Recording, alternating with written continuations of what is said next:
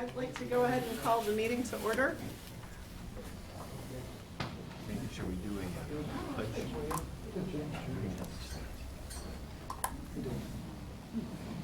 Okay, so welcome everybody to the Littleton Common Sewer Feasibility Study Committee. I'm calling this meeting to order at 7 o'clock this evening. Thank you all for coming out tonight. It's great to see so many concerned citizens of the public here in Littleton. I do want to start off, there were some handouts passed around.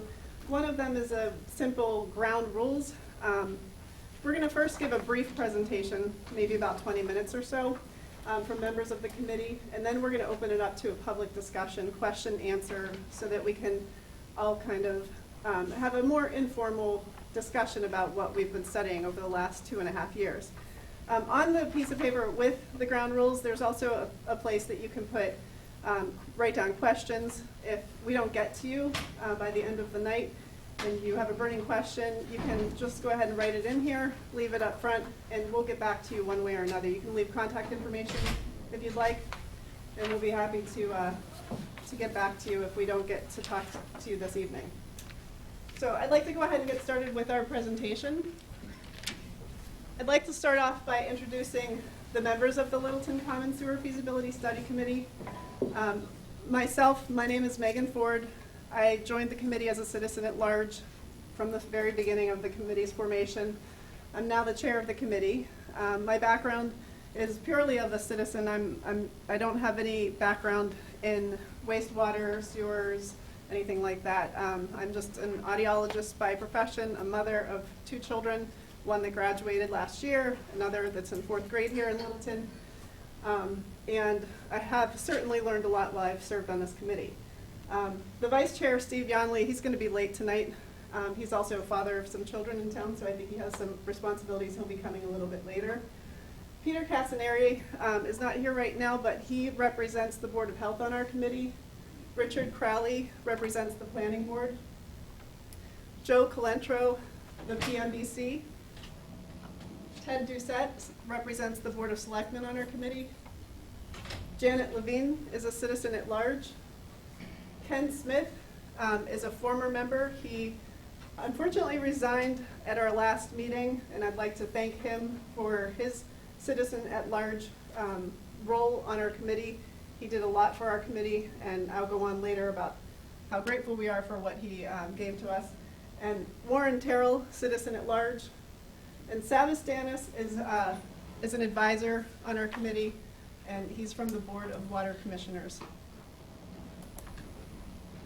I just want to start off this evening by giving a little bit of history as to how the Littleton Common Sewer Feasibility Study Committee was actually formed.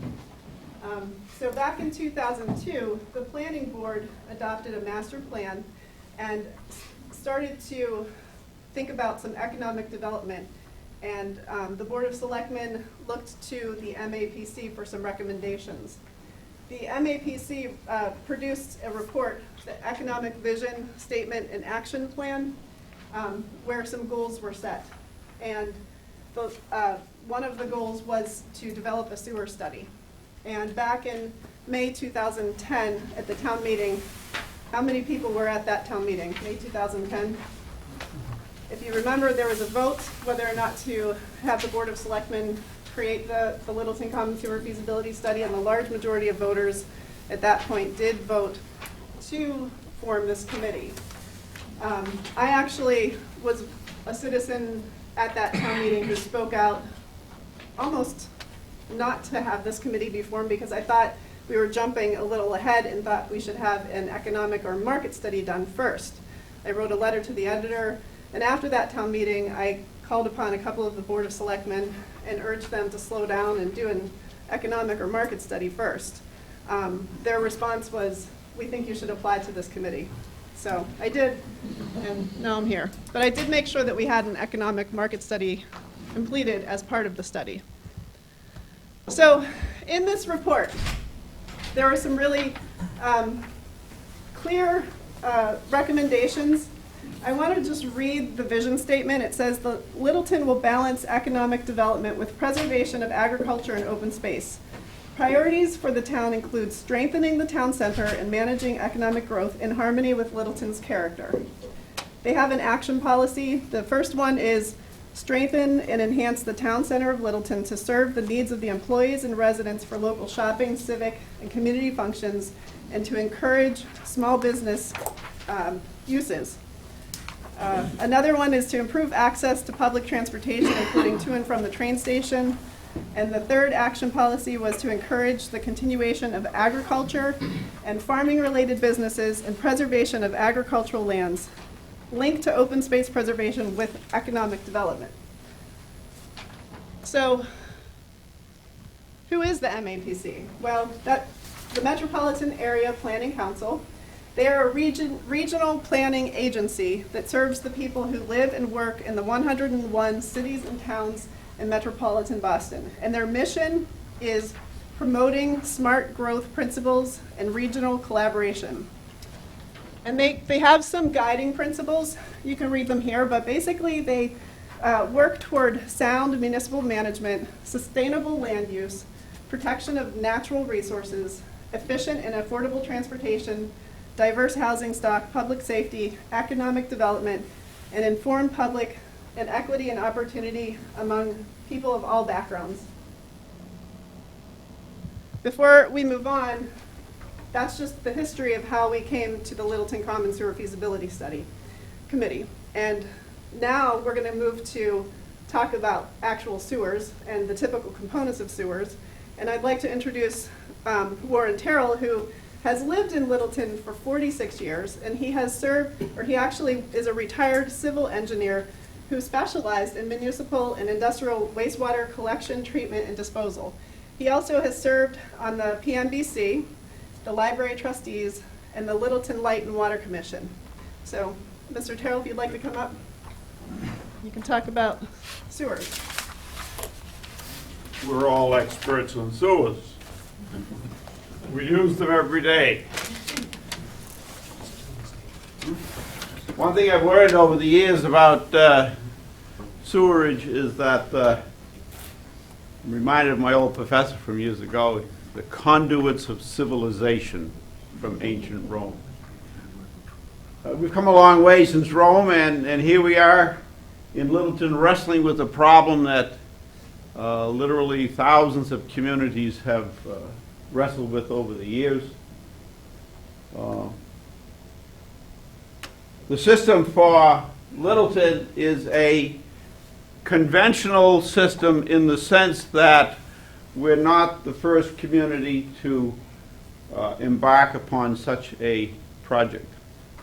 All the components within the project are standard, proven technologies, and in that light, we're putting them together in a new way, in that we are using them to meet a need in a particular area of our town. Sewerage. Sewerage, by definition, is a conglomeration, a assemblage of components to handle sewage, the liquid. It includes the collection system, the treatment works, and the disposal works. All that is what is meant by sewerage. The collection system. The collection system will be either a combination of gravity sewers or pressure sewers, and there'll be one connection per property, and there's about 100 properties in the proposed district for the Littleton Common area. The collection system conveys the sewage, the liquid, to the wastewater treatment facility. We don't know where that's going to be located as yet. A key component of any wastewater treatment facility is how large a capacity do you provide to meet the needs. A key item of sewering is that you may have a near-term demand and a future demand. The way we will be addressing that wide range of demands is by using a modular concept, built in several phases over the design period. The design period of a typical collection system, as opposed to the treatment system, is 50 years. The design period of a treatment works is anywhere from 20 years to 50 years, depending on the size and complexity of the system. 20 years is a very typical design period, and it will be used as in phases. So you may have a phase 1 for the first 5 to 10 years, and phase 2 up to the next years. If the demand keeps on going, you'd have a phase 3. The point is, we would be using a modular construction built in phases as the demand accrues in the town center area. The treatment processes are biological processes. They've been used to treat wastewater to the limits imposed by the permit established by the DEP. They're all biological in nature. They've been around for half a century or more. They're not new in the fact that we're on the cutting edge of any kind of technology process. The processes are further broken down as to aeration type processes or with anaerobic processes. The system used for the town center sewage will be predominantly a aerobic treatment process with nutrient removal. What this means is that the pollutants carried in the sewage will be removed to at least 95% removal, including organic matter, solid matter, and nutrients. Nutrients are predominantly nitrogen and phosphorus compounds. The treatment processes are further established by a permit issued by the Department of Environmental Protection to the town of Littleton for that particular treatment process. With any treatment process, if you treat it and you remove the pollutants, you generate a solid matter. It's called sludge. Sludge is an objectionable material if left alone. So the solids are removed from the process on a small treatment process like this. And we're talking something on the order of, at design, around 50,000 gallons per day of sewage flow. If you remove solids and pollutants from that kind of flow, you have to handle the solids as well.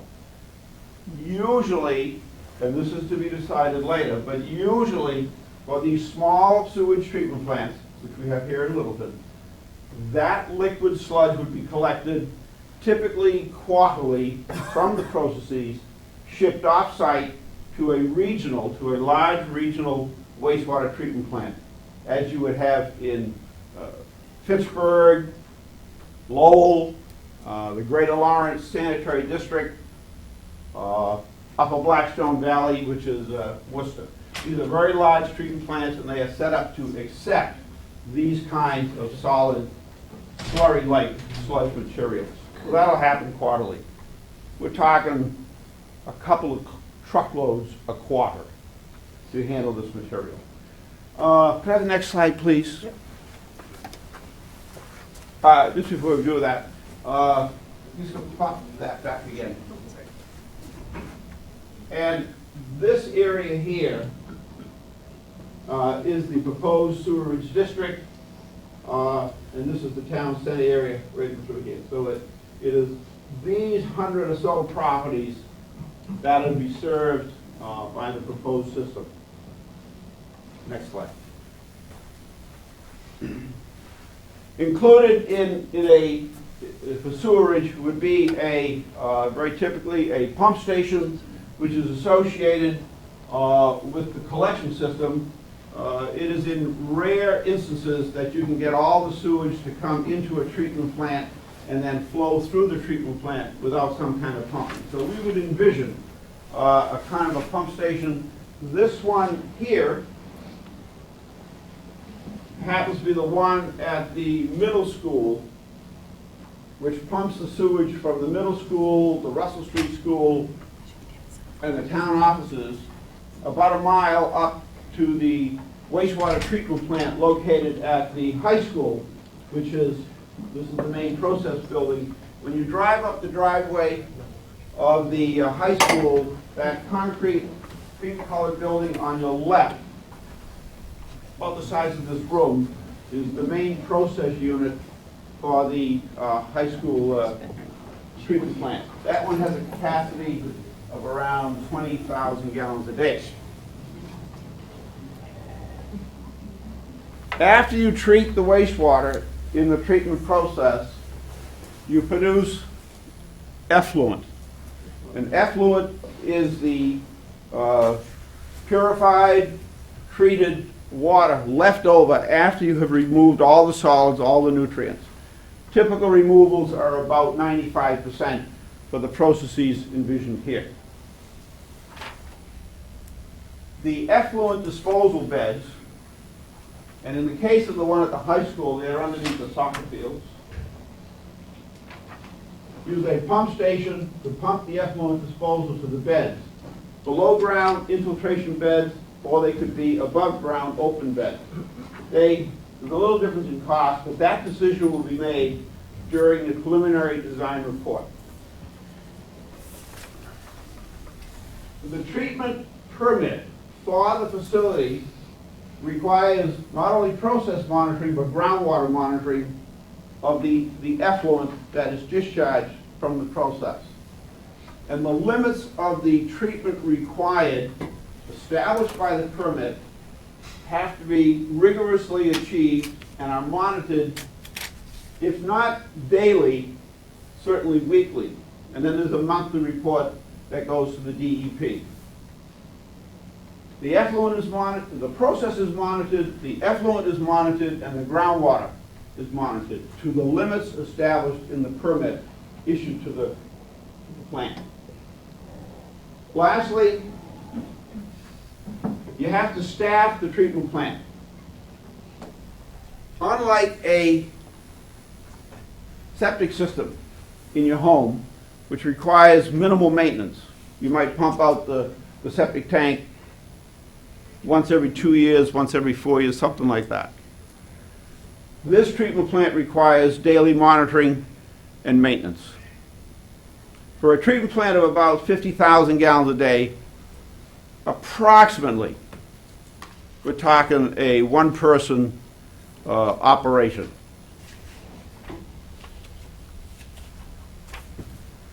In addition, the staffing is used to obviously manage the system, to coordinate with other town bodies, for billing purposes.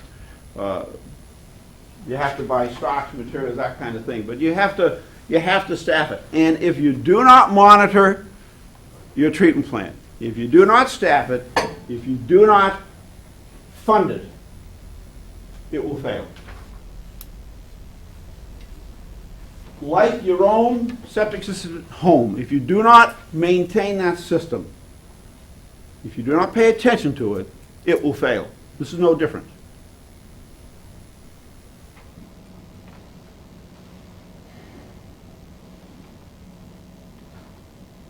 Again, to just summarize, we're talking a system here to serve the 100 or so properties in the district. It'll be constructed in a modular fashion in phases, and the initial phases that build up will be around 50,000 gallons a day. And these decisions, the exact location of the sewers, the exact location of the treatment works, the disposal field, the exact nature of the type of process to be used, will be decided during the preliminary design report phase, which is the next step that has to be undertaken so that we can truly define that which we will do for this sewer system. Thank you. Appreciate your time. Thank you very much. Thank you, Warren. So we just heard about typical sewer systems, and now I'm going to talk to you about smart sewers, which a year ago we did a presentation on the feasibility study that our committee has been looking at. We think we have a concept of a system that could be feasible for the town common. And this is a different kind of a system. It's not a typical sewer system, and there are some features that make it different. One of them is, Warren touched upon it, where he said it's built in phases. It's a modular system, and basically it would be phased to meet the current demand now, and if there is a future demand, it would be built as the flow is needed. Unlike a traditional system, such as Acton, Chelmsford, Tewksbury, some of the other sewer systems are built at full capacity. So they are built thinking ahead, 20 years from now, what will probably come, what kind of development's going to need a sewer, and they would build the pipes for things that don't even exist yet. And as you can see from this graph, that would take a large upfront capital cost, and you'd be building it out but not using it for many years. And as the years go on, it's just sitting there unused, which is actually happening in Acton right now. We got to tour that facility, and it's a huge facility, and there's only a small percentage of it that's being used, but the taxpayers and the residences are paying for that system. This is a system that would be paid for by the users of the system only for what is needed right now. And then if the flow, if people decide to develop, if they decide to tear a building down and rebuild something like a restaurant that needs more flow, then little module systems can be built as needed in different phases over the years. So that's one component of a smart sewer. Because of that, it really does reduce the pressure for sprawl. And what it would do is this type of a smart sewer system would direct the development, the economic development, to be confined to one space, one spot, which what we're looking at is the village common center. And that means that we can keep our conservation land. That's not going to be, we're not building a sewer system that's going to reach out and invite developers to come and build on our agricultural land. So this is a system that would be promoting density in the common only and not reaching out. We're not building a system that's going to promote sprawl. It actually is going to inhibit sprawl. Also, the smart sewer system is, we're going to take questions at the end. The smart sewer system is different because it has environmental benefits. The common sewer system, the typical sewer system often treats the water and then dumps it into a river that sends it to a watershed in a different location, not its own, where the watershed where it came from. And the system that we would be looking at actually replenishes and sends the water back to the same watershed. So it actually enhances the water, the lakes, the surface water in the same watershed where the system used it from the very beginning. So this slide just kind of shows you a typical sewer system treatment would be putting all of these elements into the system, and then they come out going somewhere else to a different watershed, whereas the smart sewer system replenishes and brings it back, so we get the nutrients, we get the water, and we also get potential income, which is what the next slide looks at. So a smart sewer system also could have the potential for a separate module which could be built to have an anaerobic digester. Now, there's a picture of Verifine, because right now Verifine actually has an anaerobic digester, but they burn off all of that biogas. The methane is going into the environment. It's not good for the environment, and it's waste. It's wasted energy that could be captured and could be used to generate power, and that power could be used to generate the system that it's running, which could make it much more affordable. Now, we have Rich Crowley, who is a wonderful person on our committee that is on the planning board and has a great knowledge about the zoning in the Village Common. And he's going to talk to us about the Village Common zoning so that we just talked about the possibility of a very dense common area and developing in that area. What on earth could that possibly look like? So Mr. Crowley is going to kind of give us a vision in our head of what that could possibly look like. How many of you think that the common might change with sewering? Can I have a list of hands? Very good. Well, you're right. It will change with or without sewers. Right now, it's being changed by the demolition of the old Dr. John's building. And before that, there was a movie theater. Do many of you remember the movie theater that was there? Before that, in that same area, there was an outfit called Herpes Dairy. How many of you guys remember the Herpes Dairy? There is a few. So there's change in that one little spot on the common that's occurred over, what, 40, 50 years? So it will change. But how many of you are aware that we have some protections in place to control that change? A few of you. Good. Those protections are there to help keep our sense of architecture and our sense of history there. In fact, the building that's going in where the Dr. John's building is being demolitioned right now was one of the first buildings that had to comply with the new zoning. It's, for instance, it's going to have a green area out front, it's going to have parking out back, it's going to be energy efficient, it'll have gabled roofs, and it'll be made with common materials that we find around the town. And that was caused by the 2010 town vote that set aside these, that reworked the zoning, that revamped the zoning for the Village Common District. It makes, one of the things that came about through that zoning is mixed uses. We have a residential component along with that. Requires proposers to look at architectural features and materials before they can build anything. It requires them to look at the scale and massing, size and detail. Architectural finishes have to have a visual interest. By that, it means that facades have to be interesting. It's got to have interesting roof lines, roof heights, gables, materials, chimneys and shutters. Roofs have to have gables. Construction has to be consistent with the historical architecture. Entrances got to be off the sidewalk. Buildings have to be compatible with adjacent buildings. So in the case of the Bank of America being brick planted between two residential type buildings, that can't happen again.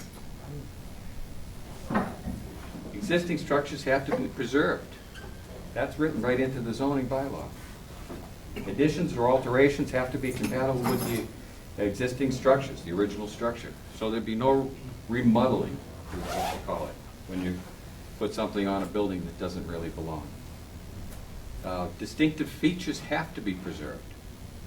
Sustainable design is encouraged. Landscaping has to be maximized. And what we're talking about by that is we're talking about green areas in the front of the building, trees. Pedestrian features like interconnecting walkways have to be considered. That includes outdoor seating and patios. Service areas and mechanical equipment have to be hidden and quiet. Parking, either beside the building or behind the building. In the case of the building that's going in where the old Dr. John's is, most of the parking's behind them. Bicycle parking has to be included. There's provisions for a design advisory team for within this zoning package, and that's basically if the town wants, through the planning board, we can appoint a team of people that will review all the designs that come forth. Other provisions deal with retail and office. They have to be on the ground floor. Residential has to be in the rear or on the second floor. Mixes of uses have to be balanced and compatible with each other. Guidelines for illumination for pedestrian safety. provisions that deal with setbacks and difficult sites. Everything is by special permit. And special permit can only be granted if the structure is in harmony with the local architecture. So sewering won't change what the town looks like. The zoning controls that. Sewering will change what goes into the buildings. It will change the uses. Thank you.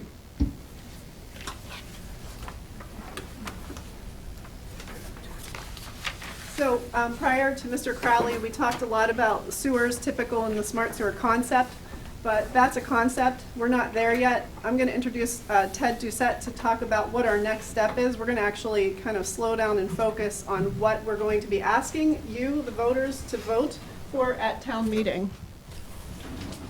Not vote for, vote on. Vote on. Right, so we've been talking a lot about sewers and everything, how they're built and what goes into them.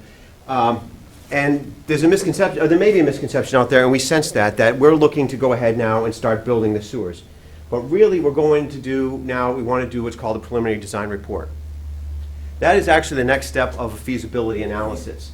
We have to call it a preliminary design report in order to get the engineers or the consultants out in the sewer and feasibility study field to bid on it. They're going to call it a preliminary design report, so we have to put it out there. But it's really our next step of our feasibility analysis. So I want to talk to you a little bit about the risks and benefits of that process. So the next step of the analysis is going to be split into phases. It's going to be an A and a B phase. They're not exactly split in half, but they're going to consist of what's called a hydrogeological study, and that's talking a lot about how we're going to dispose of it, and can we dispose of it, and where we're going to dispose of it. And we're also going to, the phase after that would then start to lay out some of the design. Where are the features going to go? Where do we have to have pump stations?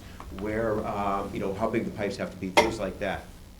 By splitting this into phases, we are going into the checkpoints that we allow, that we've been talking about.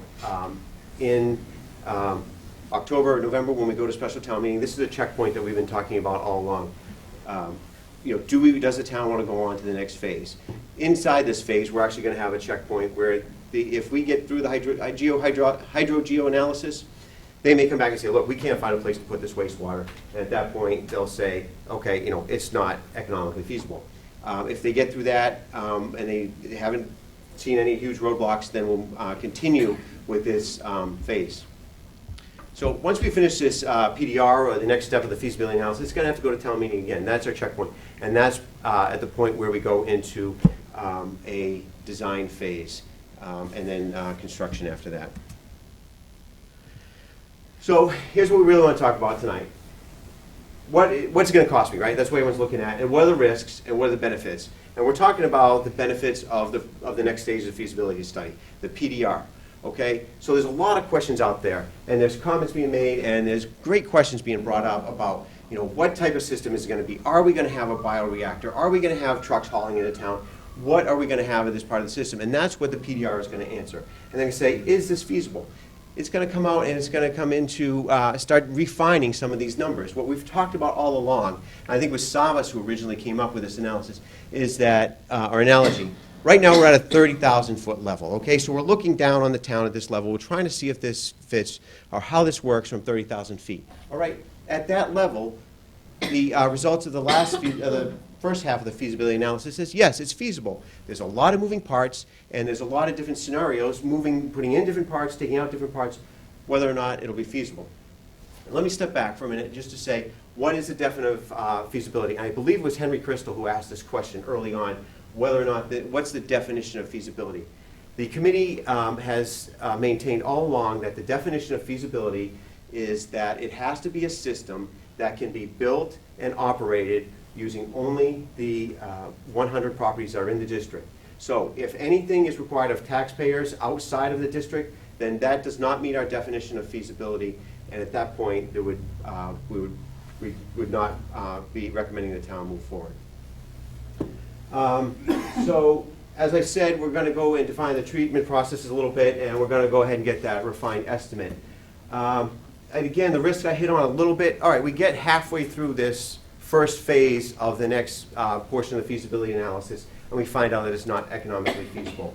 I'll get into the specific numbers there, but what happens is we have to borrow the money, and that's what town meeting will vote for, is to do a short-term borrowing for the cost of the project, which we know has been announced to be approximately $558,000.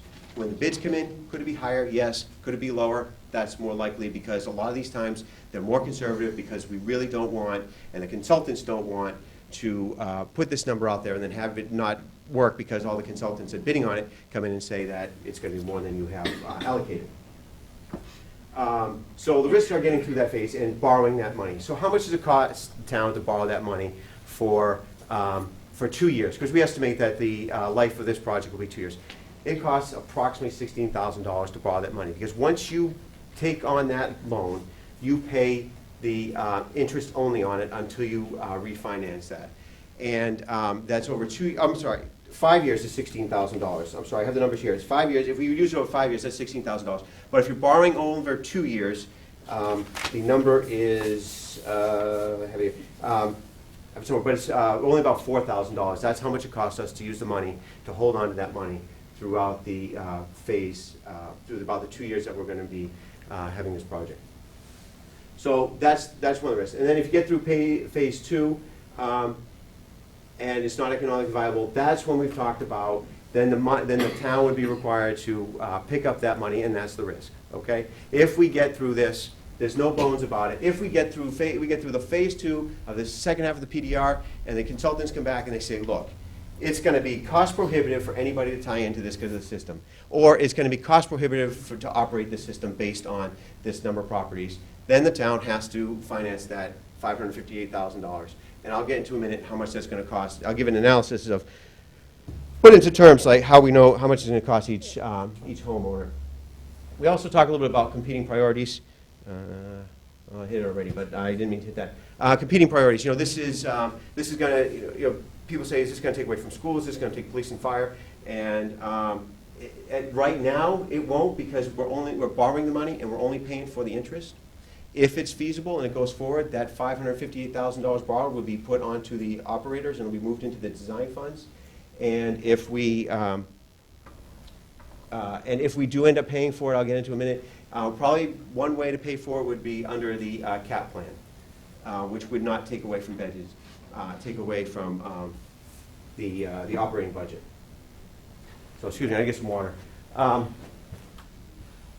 this is what I was just saying here, where if it's not feasible, the residents are going to have to pay for the PDR. Now, this PDR has the funds. This is what we're looking to put on the town meeting in August, is that we're assuming it's going to be $558,000, because that's what the consultant said their highest cost would be. Well, the highest cost that we could expect to see on a bid would be. So let's say, after we find out it's not feasible, we'll take out a bond for 5 years, assuming whether it's about 3,400 households, and we'll finance over 5 years. The total payback is $599,850. I didn't want to get cute. That's what it really came out to be. I'm not trying to sell you a used car here and tell you that it's not $600,000, but that's what the actual number came out. Now, all these numbers are based on what our borrowing is today and what we can borrow at today. So will some of these numbers shift up or down a little bit? Of course, but this is what we're coming up with based on today's assumptions.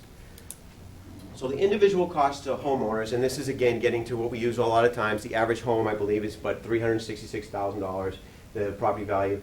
So it's all paid through a proportion of your property value. So it'll be approximately $190 per household, total payback, and that's going to be less than $40 per year, which comes out to about $3.31 a month. So getting back to maybe going back to Sally Struthers, if you go to Starbucks, that's less than a cup of coffee a day. Is it still something? Yes. But I really just wanted to come out and give you an idea of what the impact on each residence. We all want to know what the risk is. There it is right there. We can come back to that when we get to questions. I do want to look ahead to a little bit, because we did have some questions, and I want to get ahead and get to try to answer these questions, yeah. So, some question is, how can 100 properties pay for this huge system we're hearing? Okay, so, you know, it's all paid, betterments and fees are paid as a portion of what you use. So right now, water use, okay, this is how much water use IBM pays in the district, uses in the district, and this is how much, there's 55 additional properties that are going to pay. So let's look at wells. So they're going to pay a higher proportional use. So it's not going to be taking this $558,000 or whatever the millions of dollars to build this system, which is probably the first phase of about $6 million. It's not just dividing it equally on the property. It's dividing it up proportionally according to the use. So therefore, the big users like Wells, Wells is the owner of the IBM property, they're going to pay the biggest portion. So now that lights off another question. What happens if Wells bails or if IBM bails? And that's what the PDR is going to help us decide, because they're going to put together a plan. They say, all right, well, you have to be ready for this contingency. If IBM bails, you have to be able to put in something. If they're gone for 2 or 3 months before someone else comes in, it's probably not going to affect anything. But you can build into it that no matter what, that property is going to pay a base operating amount. So they maybe have to pay 50% of their sewage fees, whether they're there or not. So IBM moves out, Wells is still paying a large portion of the operating expenses. And as I said, you know, if this system does move into design and construction, the cost of the PDR, this $500,000, gets rolled into into the financing for the design and construction of the system. Use the arrow key. Questions. So, all right, that's it. I just had a couple other notes that I want to, points that I want to make while I was sitting here.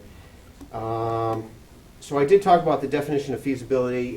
That's here, and it's something that's going to be, it's only feasible if the system is paid for by the users and it's not put onto the back of the taxes. And I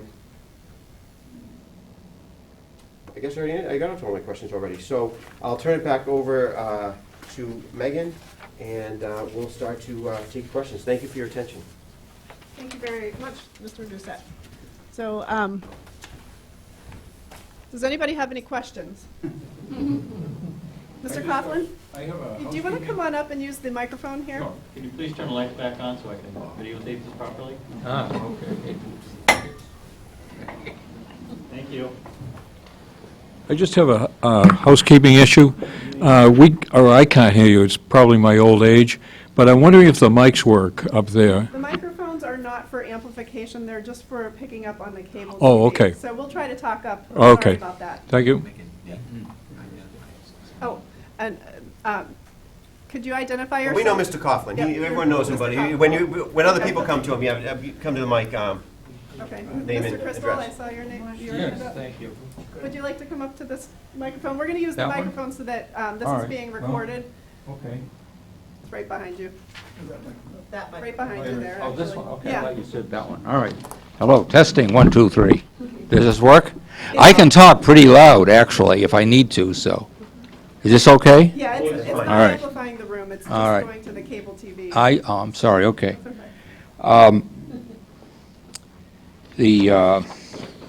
My name is Henry Crystal, and I am opposed to municipal sewer. And many of you may know I've been opposed to it since 2004. And that's when I started my research. And, you know, being a Littleton citizen for almost 50 years, and like a lot of younger people who I just had no idea what was going on in town, then I got old.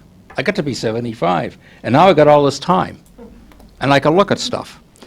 And I have spent thousands of hours looking at sewer issues.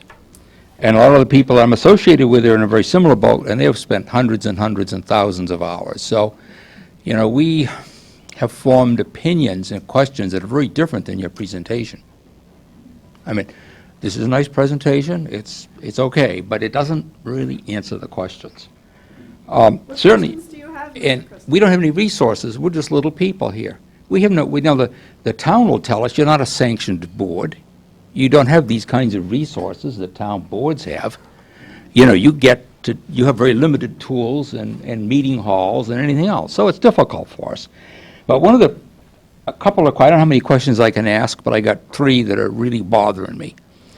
And one of them is that you're unable, apparently, to find a provider who will support the credit involved on this issue. In fact, you want the residents of the town to sign the loan. And you also want us to take the legal responsibility. Now, I'm not going to go with you guys tonight about what some of the legal responsibilities could be, but I'm becoming aware of some, and I don't think the town needs to accept that. So, and I saw Mr.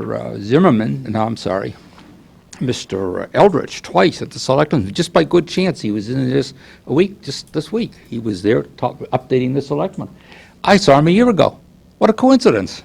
And he was talking about the same thing, actually. He was talking about the emergency relief money that his department in the state is coordinating to help towns bail out of sewer overruns, sewer costs. There are towns that are buried in sewer costs. So that's what he does, and I'm thinking, why doesn't our sewer committee, or somebody, ask Mr. Eldridge, why not help the town out of this legal and financial guarantee problem? If nobody's willing to support that, I don't think the residents need to. You know, that's what I'm trying to say. I want to see somebody else guarantee this to me. So let the state do it. The state's bailing people out of big sewer bills. Fine, let them sign on the dotted line for this one. So anyway, Okay. that's a complicated question, but it's I've very... actually heard that question from another citizen recently. Mhm. It's something that we weren't charged with as a committee. It's something that I certainly, as a citizen, would think that Mhm. if an option came up for that, that would be something that... And let me apologize, you know, for myself. It certainly, I agree, you're not charged with as a committee. And so it's not your responsibility that these questions are out there. But certainly the town's governance needs to be approaching this And I issue. thank you for voicing that. And I think that that's- certainly yeah. would be a wonderful thing if someone would be Somebody willing needs to fund step this. up. It's not your purview. It isn't your problem. Yeah. And you're there catching the... Well, thank you for bringing that Oh. up and having it be heard at All this right. point then. Well, I'll let you attempt to answer my question. I'll answer that. Oh, tell me if I'm wrong. What? Back me up, tell me if I'm wrong. I'll answer it. Okay, Okay, sure. okay. Jamie Eldridge Senator Jamie Eldridge was in last night, and he didn't talk about too much. He talked about it more last time, and what he was talking about was the state actually bailing out water departments. The money is available for a certain portion of sewer, but from what I understood from what he said last year, it was a lot of water departments who didn't maintain and didn't care for their systems, and now we're asking the state to bail them out. Now, not surprisingly, since Littleton has their own water system, we don't need any of that money because it has been managed through an enterprise fund.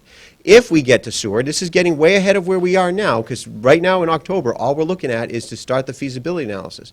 But if we get to that point where we're going to have a sewer commission, we're going to have an enterprise fund would be required, and that would be required to fund repairs and maintenance and operation, mainly maintenance, because that's what happened in this. It was that the towns were not taking care of their water departments or their water infrastructure, and now they needed the state to bail them out. So that's just a little bit of clarification. Oh, I didn't do a good enough job. No, that was fine. My name is Salva Stanos, General Manager of Light and Water. Former member of the committee, but due to other complications, I'm an advisor of a support structure. One of the things that we have to speak about, Henry, on this matter is truly what Ted said, that it is one of systems having the proper enterprise funding where monies from the enterprise or from the utility in the old days was being used to support tax bases. Many large cities, the water enterprise was being utilized, and in some cities still is being utilized to help defray taxes. Some mayors, typically larger cities, mayors believe that water is a necessity and people should have it at the cheapest rate possible. As a result of that, these systems were not putting the money into the infrastructure improvements and or maintenance, and that money is being diverted to school teacher salaries, for example. Very common practice in the 50s and 60s. The other thing, the bigger philosophical issue, Henry, is that you're raising is that this is an asset of the community at the end of the day. although it will be utilized by the users, and as the committee stated very eloquently, that there is a line in the sand that this committee has taken, which I philosophically am not in agreement with, but it's a line in the sand that the committee has taken, which I think is very admirable, and that is that if it cannot be sustained and supported by the users through the betterment and user fees, through the modeling that will be done in the next phase, then the committee will say no go. It still is an asset of the community, just like the water system is an asset of the community. The bonds that we take out to pay for our structures, maybe water, maybe the electric department for the utilities that I run, are assets of the community. They're paid for by the ratepayers and user fees. It's no different in a very conceptual model to what's being offered here, only on a much smaller scale. We're looking at a plant that will start at 50,000 and maybe ramp up to 200,000, and it'll only be done, and it's very daunting, but it'll only be done if, in fact, the financial vehicle and the scientific vehicle are doable. Because, as everyone said, there are two issues here. One is it doable from a environmental scientific perspective, i.e., one of our big issues right now is finding the proper area for disposal. And second, of course, is it financially viable for the district that's been outlined? And you have to give the committee a chance to get to that place. They're important issues, but you really can't answer those now, other than the fact that it's an asset of the community, and if it's an asset, it'll be a working asset. If it's a working asset, it'll be properly funded through the enterprise fund. Okay, thank you. Another question? Yes? Jared Alpiore, you've got a number of questions. First of all, I always love the comments of politicians. It's only $3 a month. You know, but if I came up and said, oh, why don't we keep the $3 a month ourselves and cut $500,000 out of the town budget, that'd be a disaster. But more to the point, no offense, is financing. You know, it's all great. It's all modular, except there's a lot of stuff that really isn't modular. You're not going to lay 4-inch pipe this year, tear up the streets 5 years from now, and put down 6-inch. You've got to lay, what, couple of miles of pipe. You got to build the buildings, acquire the land. There's a lot of upfront cost. How are you going to pay for that? The only way I can see it is an imposed betterment on every property in the district. Exactly. Right. Now, I see things like the little consignment shop up there. My guess is you hit them with a, I'm guessing, $50,000 benefit. That property, or whatever it's going to be, that property is going to get sold, and it'll become the high rent district.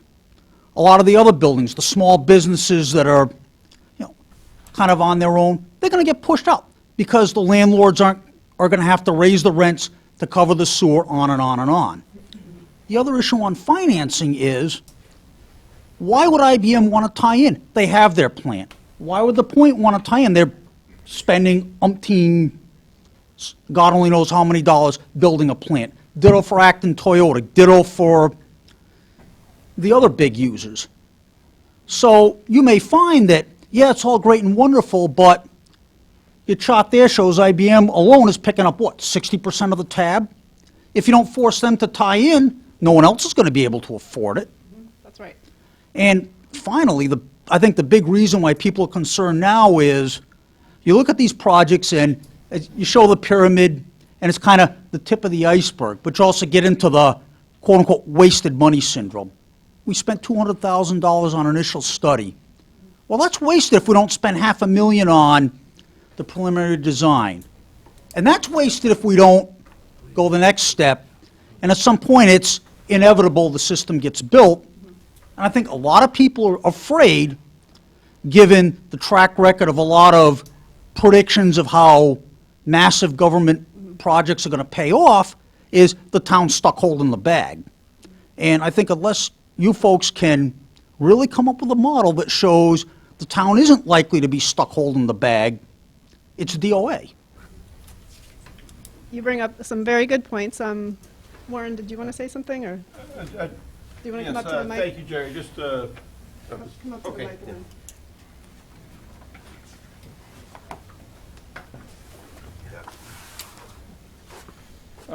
just to point out, in the financing of systems of this sort, of this magnitude, right now we just have a very broad brush estimate of cost.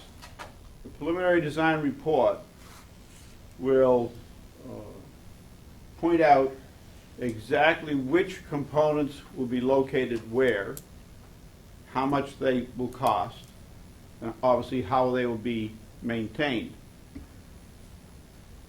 The preliminary design report then takes those components and produces a cost model which will very succinctly illuminate the cost on each and every parcel to be connected to the sewer.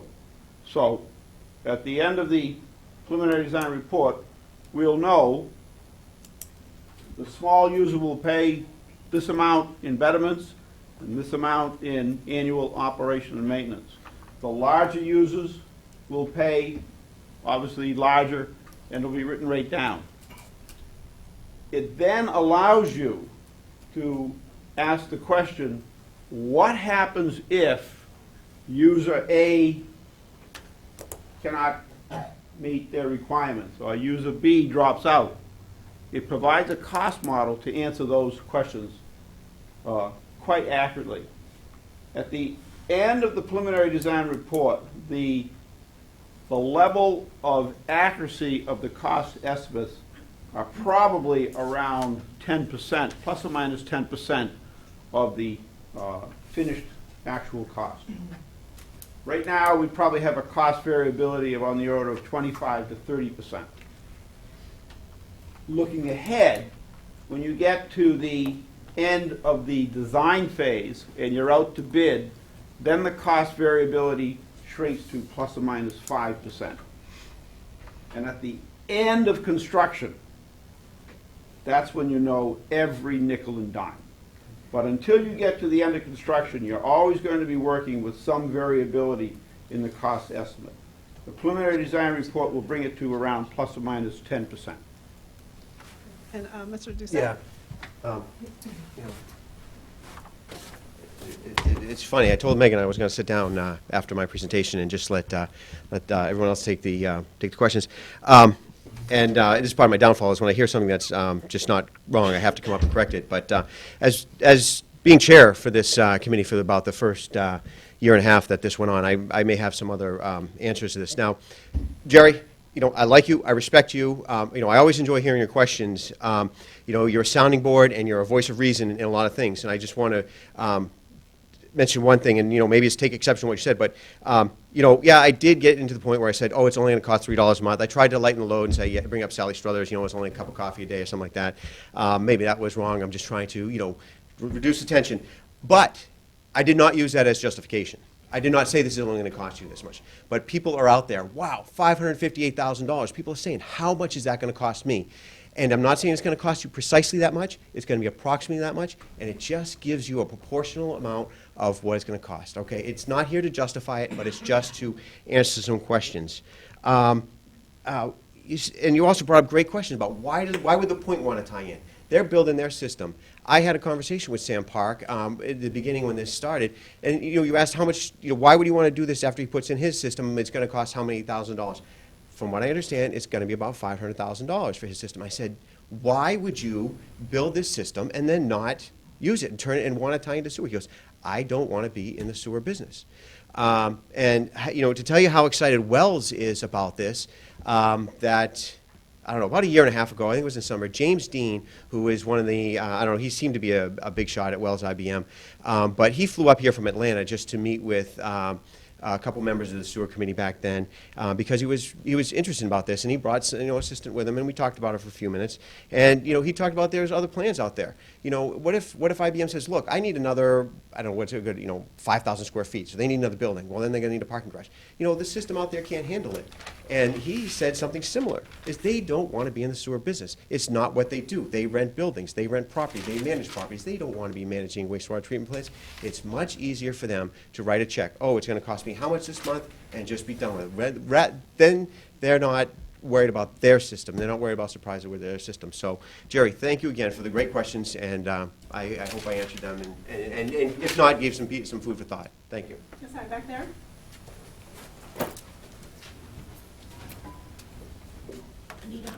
Anita Harding, Russell Street. I apologize because I've kept quiet over the last 2 years. I did vote no on the initial study, and I've been listening to stories back and forth, and I still have some questions. I work in the assessor's office, and I've been there several years. I get to look at the maps quite often. And looking at the business and the residential area, if you look on 119 and you go back anywhere from 100 to 250 feet in most locations, and you're in a residential area. You're not in the business district anymore. And that area is already populated with 5 banks, gas station, buildings everywhere. So if we're going to increase the building area in Littleton Common, where are we going to put it, number one? I mean, are we going to ask these property owners that we have now to move, sell, so we can put up new buildings?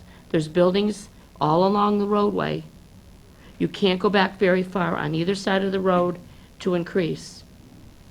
And if you're going to go up, it's the property owners that are there now that would be going up. Are they wanting to increase their buildings to do that? I don't know. These are just questions that when I look at this map and I think of the huge expense, I don't understand where you can put it, how much development you can put in the common to make it worth putting in a septic system that I think, Ted, I heard you say that Sam doesn't want to be in the sewer system, and neither does Wells. But does Littleton want to be in sewer management? I mean, does the town of Littleton want to manage this big, huge sewer system rather than Sam Parks or a business owner? And then the third question is, there's 100 properties. Are all 100 properties required to take on this responsibility and pay their betterment portion? And if they don't, who's going to pay their betterment portion? Because I don't want to see the residents of Littleton stuck with any extra money for something that they may or may not, they're obviously not going to be able to use it. Russell Street can't use it, and a lot of other areas can't either. I hope I have all my questions. Thank you very much for your questions. One thing I do want to clarify, Jerry, I forget your last name, but yeah, and you had mentioned that the town spent $200 on a study, $200,000. We only spent about $25,000 of the $50,000 that was allotted to us on that study. So I just wanted to clarify that. But I'm going to have Mr. Crowley come up and address at least one or two of the questions. Sure. Okay. Anita, it's great that you came tonight, by the way. Thank you. The zoning protections that were put in 3 years ago are so restrictive that you can't change anything down there without matching what's there right now. Almost that restrictive. In other words, you can't knock down an old building. You can't change anything on the site without going through these, without going through the planning board and meeting all kinds of requirements.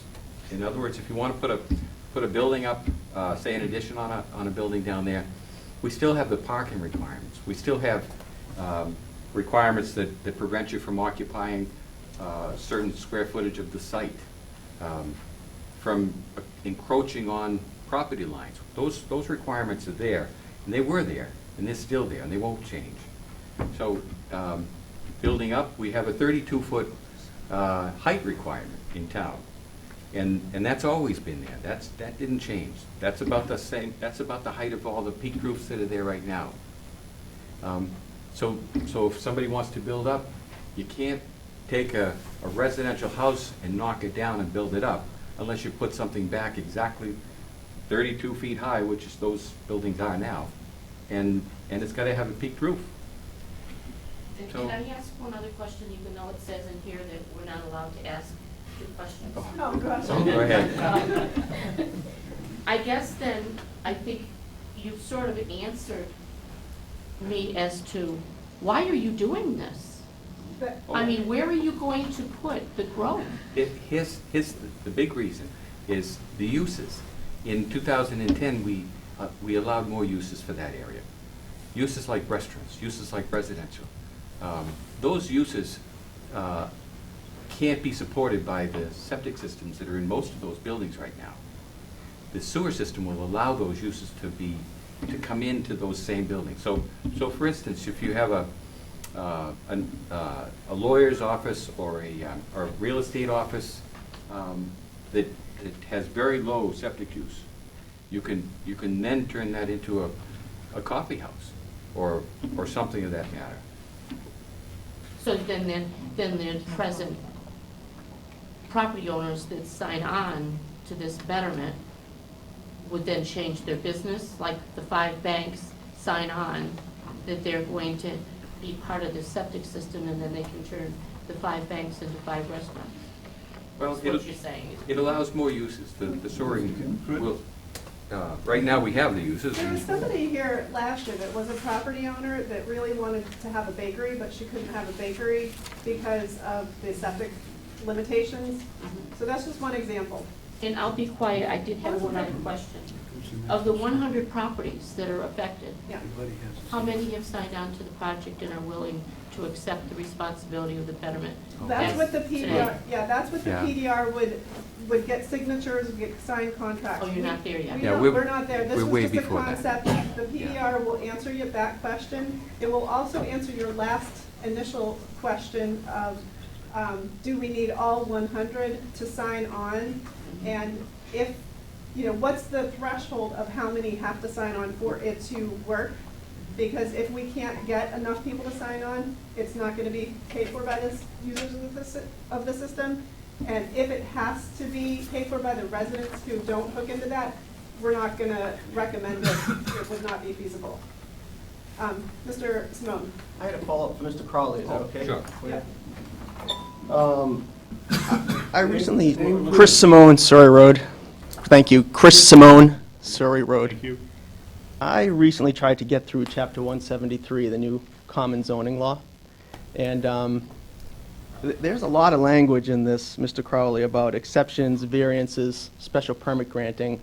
And ultimately, the read is that with variances, a lot of different things could be built from what you just indicated. Isn't that true, that variances can be granted to the new zoning law?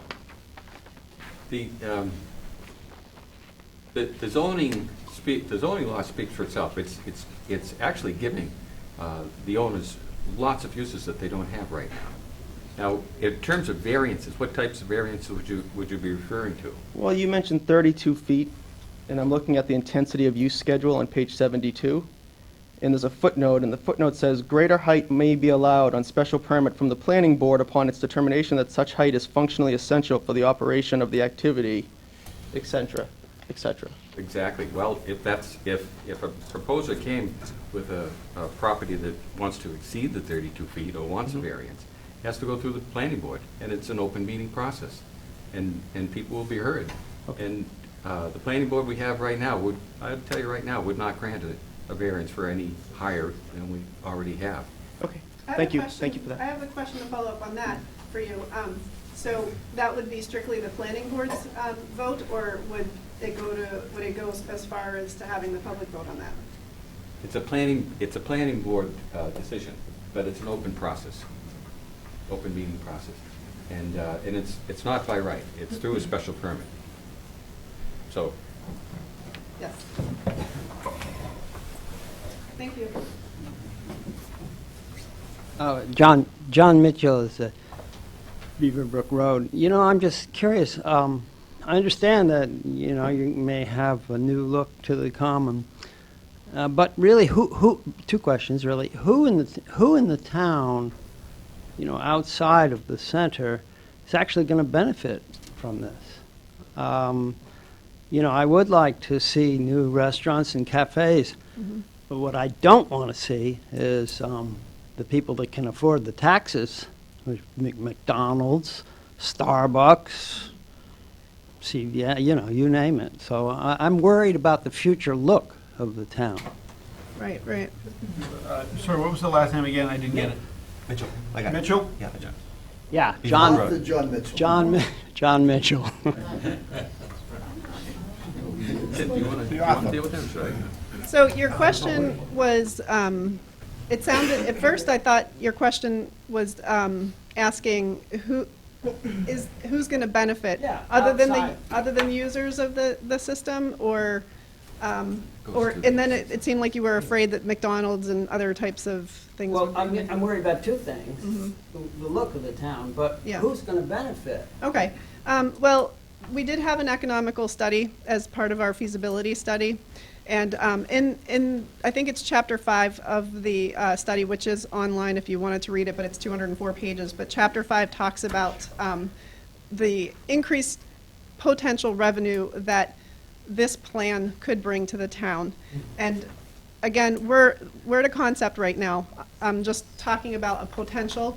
And what our economist, who happens to be here tonight, Dr. Don Zizzi from BU, he found that the potential full build-out, I believe it's 20 years from now, could bring 7.4 million extra revenue, which is half of the amount that our revenue, our town revenue is right now. So it actually could increase spending in our town center. So not only would the citizens have a place to go to eat that's local, but they're spending money locally, which brings that money back to the town by way of those properties paying betterments and taxes to the town.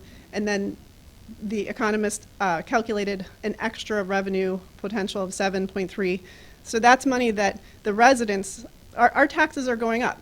There's also a risk of, we do nothing and nothing changes and our taxes continue to be high. And there's a large population of residences and not as many businesses in the town. And when you see that, you do have a lot high taxes for the residences. And if we want to have better schools, if we want to have better teachers, the fire station, we want all of this, we've got to do something. We have to take some sort of a risk in order to see a change. Otherwise, if it doesn't change, I'm not sure what's going to happen to the taxes if they're going to keep going up. See, John, there was a study done in Williamstown, I think it is, Western Massachusetts, for repairing old town centers. And Williamstown looked at doing something similar to what we're doing here. It's And Williamsburg. Williamsburg. And I always get that wrong for some reason. And it's being used as a model now because what they did once they changed the zoning, like we did 3 years ago, to allow more uses, eventually those uses came and they brought commerce with it. And so you had people within a half a mile of the town center now walking to the town center. And then that commerce, you get more commerce. It was boutique shops started showing up, coffee shops started showing up, ice cream shops started showing up. All kinds of small businesses started to evolve out of that model. And like we have here, there was zoning put in place to protect and preserve the old buildings. So you can't knock them down. You can't, there's no slash and burn. Did they sewer the town? The report didn't go that far into sewer. It talked about the uses. But in our scenario here, the soil's so poor up in that area that without sewering, a lot of those buildings won't be able to change any of their uses. The yellow building that used to be the egg receiving station, how many people remember the egg receiving station? Yeah. Now when that went in, the people wanted to put a restaurant in, but they couldn't because the soil couldn't manage it. I'm all for this, theoretically. If you can keep the multinationals out and keep the big corporations out and have the local people, have the restaurants and the coffee shops and so on and so forth. So keeping Don't McDonald's out. forget these. I'm all for it. These aren't. And then I'm Yeah. all for it if you can hold it in the center. Those are two things that, Yeah. one of those things is a given. It is in the center. The boundaries are defined. The lots are very small, and that alone precludes some of the bigger, big box type businesses. Would it preclude McDonald's? I don't know if we could keep up McDonald's. Let's hope so. Mr. Terrell, thank you. Over the longer term, the life, Yeah, sorry. oh yes, We're being recorded, so. Herbie Dolek wants to hear me. Over the longer term, the lifetime of the project, the quality of the effluent coming out of the treatment process is on the order of 10 times cleaner than the characteristics of the effluents that are now coming out of the existing septic fields. So over the long term, the effluent that is now reaching the groundwater will be of a cleaner nature by about a factor of 10. And that portion of the total amount of effluent going into Littleton's groundwater will be thereby improved. But keep in mind that all the groundwater is moving within the soils of Littleton, and a significant portion of that is our drinking water. I think we have 4 wells. Three locations, 4 wells, that's correct. Thank you. Remember. Good for you. But my point is, the portion of the groundwater recharge within the sewerage service area will be of a quality that is at least 10 times better than the septic effluents that are now going into that same area. So that's a benefit over the longer term. Thank you. Oh, boy. Megan, as a follow-up to Okay. Mr. Finley's We have a question. quick follow-up, and Yeah, then quick you follow-up. guys can race for your hands, because I don't know who was In- first. but- In terms of the McDonald's, our parking requirements would probably keep out the McDonald's. They haven't changed. Yeah, You know, but I'm still worried. we don't, yeah, the parking requirements haven't changed, and those are pretty restrictive. You know, if you're gonna have certain businesses, you have to have lots of parking, so. Okay, Chief? Chief George. Thank you. Identify yourself. My name's John Kelly. I live on Mill Lane. I happen to be in favor of this. I'm intrigued by it. I think it'll eventually happen.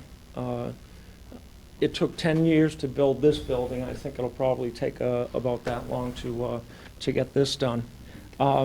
With that said, I do have a number of questions. At what point will an inventory of those 100 septic systems that are currently in place be done to examine how old they are and what their lifespan will be? I would think that would come into the owner's decision in regards to if they wanted to join this project or not. Staffing, as you all know, this town has a somewhat spotty record in regards to staffing and taking care of our infrastructure.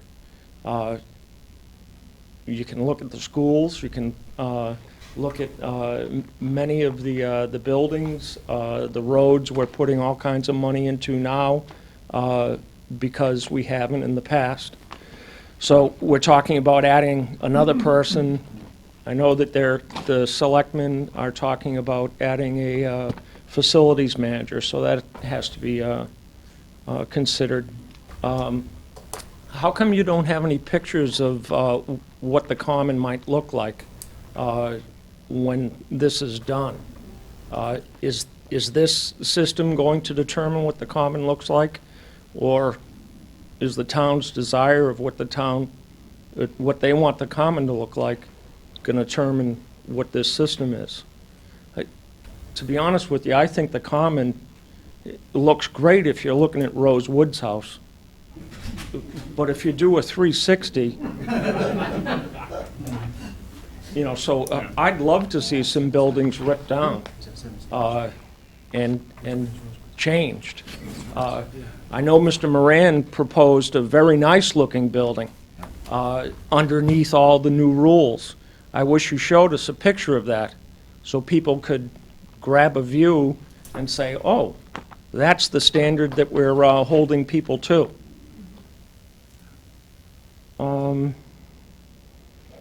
Why would an owner rip down a perfectly good building, spend all the money to rip that down, build a new building, tie into the sewer system?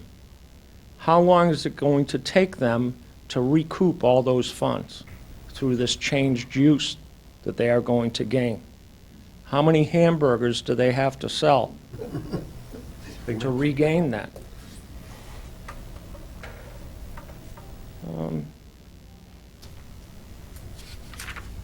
I think that's it. So let's see.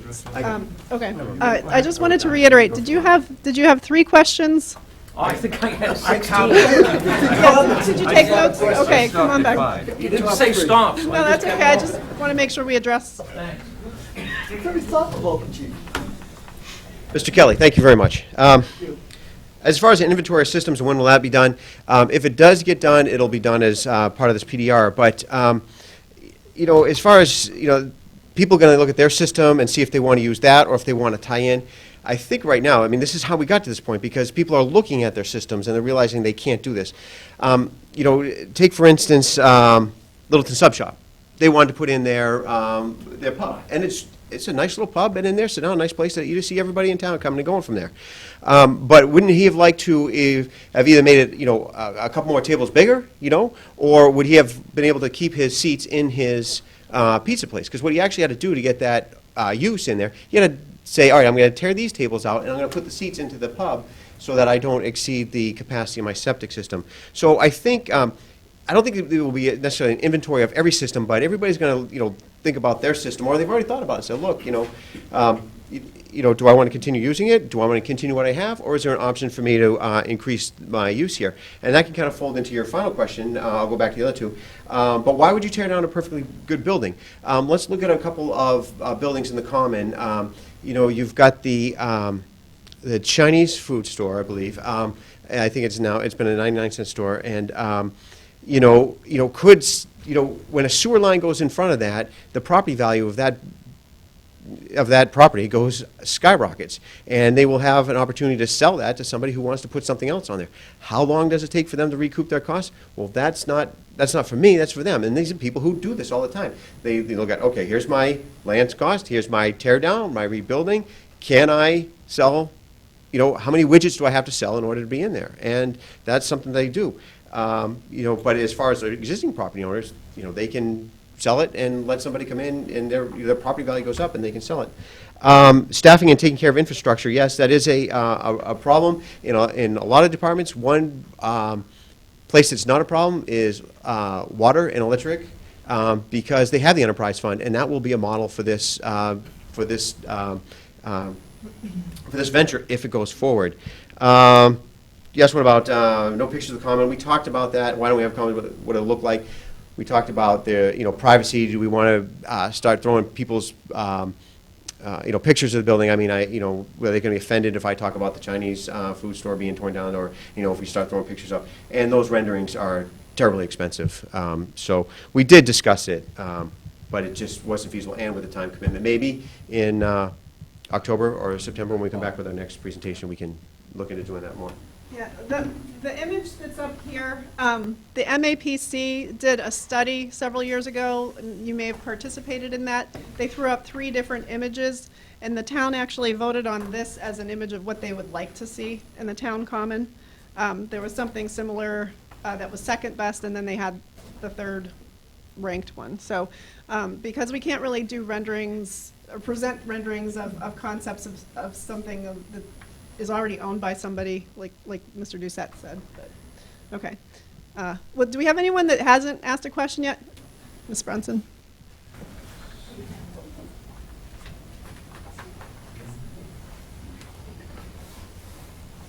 Hi, Jenna Brownson, Harvard Road. My question actually posed to Megan some time ago about this, this sum of money for the preliminary design, the feasibility bit, which is what you would have been asking for at town meeting, but it sounds like it's being pushed off a little bit. And if we're going to work on the assumption that the 20 million or 23 million or whatever the end cost is will be shared in a pro rata way among these 100 business owners, why are we not asking those 100 business owners today to put up a pro rata share to do the PDF? So that's my question. That's a good one. I've heard that as well, and I think that now that we have time to, we're not rushing to Maytown meeting to vote on this. We have the summer, and one of the goals as a committee, I would like to meet with property owners and have a discussion with them. And, you know, I know the citizens are asking that. I think that's something that needs to be heard. Does anybody else have any comments on that? I can comment, I think, on that. I think the problem with that is that it's like taxation without representation. Other than donations, I don't think, you know, like, just like if you wanted to do something for the schools and you want to build an addition, you can only do donations because, again, it's an asset of the community, and these are part of the physical assets, even though they aren't physical assets, but they're part of the structure that becomes assets. And I think that if, in fact, somebody were to offer to donate and then they renege, then it'd still be taxpayers' responsibility because inevitably they're all assets of the community. But it's an intriguing question. Okay, I saw a hand go up over here. I mean, follow up on Stavros' comment. You're basically building a product without asking any of your potential buyers if they're interested in buying it. That's ridiculous. You're building a product with, and I just want to repeat it into the microphone, sorry. Okay. You're basically building a product, okay, because they have a product now which is called septic systems. You're proposing a sewage system, which is a product, and you're going to sell them a service to make this self-sufficient. And not to ask them and include them at the front to see if there's even any interest in it is ridiculous. Oh, that will be asked. And Yeah. we did ask as part of the. We took a survey last year of all the property owners, and we received, I believe, 80% were interested in tying into a potential sewer system. There was 2 out of those that responded that said they did not want to tie in, and the rest said that they wanted more information. At what price did you put that out there? We didn't have any numbers at that point, did we, on that? There was no numbers at that point. So, I mean, if I didn't know the price, I would say yes. right. And again, the price is going to be proportional based on usage. So if you only use a little bit, you only pay Yeah, that, but you still have to give them some idea of what this new which service is what the gonna cost. PDR would And I answer. think you should do that before you Well, come we to the don't have town any, for the we don't have any appropriation. money left He to just spend. said you can get within 30% of the cost. That's enough of a ballpark for a business person to say, yeah, it sounds feasible to me, or it doesn't. Okay? And I think that's a question worth asking the end users if they're even interested in it. All right? Okay, that's too much. My question that I did have was, you mentioned this $7.3 million potential revenue. What's the source of that revenue?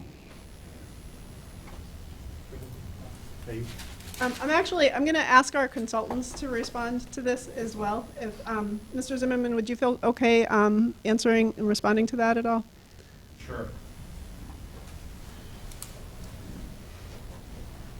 So the, Excuse me for a moment. Your name, sir? oh, Frank Romano, Gilson Road. Thank you. Thank you. So the study did, in fact, talk to all of the property owners, and we spent some, Don Zizzi, our economist, spent some serious time with IBM and with Sam Parks. Anyway, the conclusions of the study are that for each 300-gallon unit that gets sent, so a normal residence sends about 300 gallons to a sewer every day. The betterment fee for that will fall between $5,000 on the low end to the high end, $13,000. And the monthly service fees on the low end are about $37 a month for that 300-gallon unit to $101 on the high end, unless it's all privately funded, in which case the high-end monthly user fee might be $172. One other thing about this all being done privately, it's against the law in Massachusetts to have a private wastewater utility. You can have a private water utility, and you certainly can have a private electric utility, but you can in this state have a private wastewater utility. Can I ask a follow-up to that, though? It seems to me like we're playing matchmaker between the idea of building a sewer and these 100 business owners. Why can't these 100 business owners join together and make up their own private, you're saying it's prohibited by law. Why couldn't these 100 people get together and say, we want to go forward and do this privately? Because they don't want to be in the sewer. It's not allowed under the law. You What can't law precludes? Massachusetts law, I don't know what the CMR is, but Massachusetts law precludes having private wastewater utilities. Now, you can have, So what's IBM now? That's on the property. that's all on their property and Oh, they're a because it'll single be on user. separate property. This So is the a- 100 users couldn't buy a parcel and stick a wastewater treatment? No. You'd have to use roadways to get it Yeah, there. they They have can't to use use- roadways are public streets, they can't get permits Right. for private sewer on Oh, we public couldn't streets. grant a variance for pipes, but we could for other things? That doesn't make any sense. There's nothing on the road that's private. It's all Kiosks? public domain. Verizon? That's in the public way, they have, So it's a utility because it accesses under the ground? that's what we're thinking. I mean, Okay. All right, thank you. Okay. So my question is that you said the aim is to make this self-sufficient, okay? Affordable. yeah. Affordable, and no liability to the taxpayers of Littleton, in terms of picking up Yeah. the cost. So assuming that it does work, now you mentioned in the promise or the potential of generating another $7.3 million over and above that. Where is the source of the $7.3 million? Over and above, I'm sorry. Funding the system. Over and above funding the system, Yeah. getting it up and running. Right. You said there's a potential for another $7.3 million. Build out with full density. Right, The and my economist- question is, what is the source of that $7.3 million? The source of the information. The source of the money? Who's going to give the town of Littleton $7.3 million for what? Property taxes. Yeah. It's going to be basically the business owners, the property owners are going to be paying taxes to the town. And as their betterments and their taxes, it's going to balance out the residences and the businesses. It's gonna Okay, be so more- your assumption is that once this plan is completed, and it's functioning correctly and everything, that this is going to generate an additional $7.3 million in property taxes from businesses that that don't even exist today. Right, because there's Thank you. vacancies, and there's a lot of unused space, and we're talking about making it a more dense space. understand, thank you. So, okay, all right, let's see, do you want to He had, well, respond first? I'm and sorry, then- Mr. Romano had one more question that I believe wasn't answered. You know, you said that, you quoted somebody saying that we can get to a 10% number for the costs and things like that, and that was doing the preliminary design report. We can refine these and get these costs to within 10% of what the actual will be with the preliminary design report. And I just wanted to make sure. You can do that, and I was a business person, I would be very happy with that. Great. I could make an intelligent business. Right, yeah. Okay, back there, I don't think we've heard from you. I'd like to correct something. Oh, okay, sorry, correction? We'll get to you in one moment. Well, just hold on for a moment. The aim of the costing of this system is to make it affordable to the users. The users are defined as the 100 or so property owners within the proposed district. I think, Mr. Romano, you also asked about liability for the system. I want to be very clear. The system is, in the long term, is owned and operated by the town of Littleton, and they are solely responsible legally for those operations. There can be, with a publicly owned system, there can be no transfer out of liability to other users. You cannot, just because you hire, let's say, a very qualified operator to run your system, you cannot transfer the liability of the system to the operator. In like manner, just because you are a user of the system. The town cannot transfer the liability to the users. The town is solely responsible, in the end, under all conditions, for a town-owned system. They are liable for its ownership, its fiscal responsibility, and the liability remains with the town. You cannot give that off to any other entity. And that's the same with any public utility, like a water department or a electric light department, a sewer department, that type of thing. Thank you. Sorry about that. Yes, sir. All right, Ray O'Neill, Pickard Lane. Are any other towns using this type of system? And if they are, how's it affected the town? I don't think that they're actually using it, but there are a couple towns that are looking at it as around the same level that we are. Sir, your name again? Ray O'Neill. Thank you. Okay, let's see. Bev, sir, you want to come on back?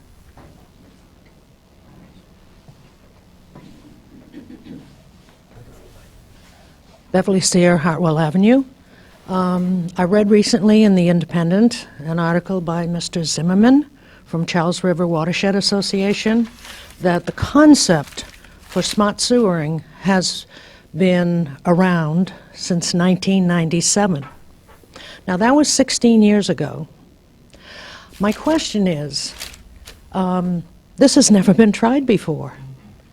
And when the question was brought up, why wouldn't a system like this be subjected to a peer review where outside engineers would study the proposal? The answer was, and believe me, I've read all your minutes. I've even read the sewer report over and over again. And somewhere in there, Mr. Zimmerman said in October of 2011, a peer review is not possible because it's never been tried before. So why, I asked the Sewer Feasibility Committee, why would we want something that has been untested and unproven? I'll answer from my perspective, and then I can have someone else come in too. But from what I understand, the independent systems, the independent parts that make it a smart sewer system have all been tried before, like the anaerobic digester. There's one right here in Littleton.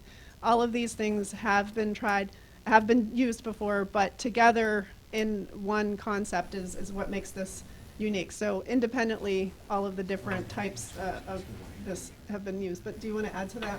Yeah. Bev, thank you very much for coming tonight.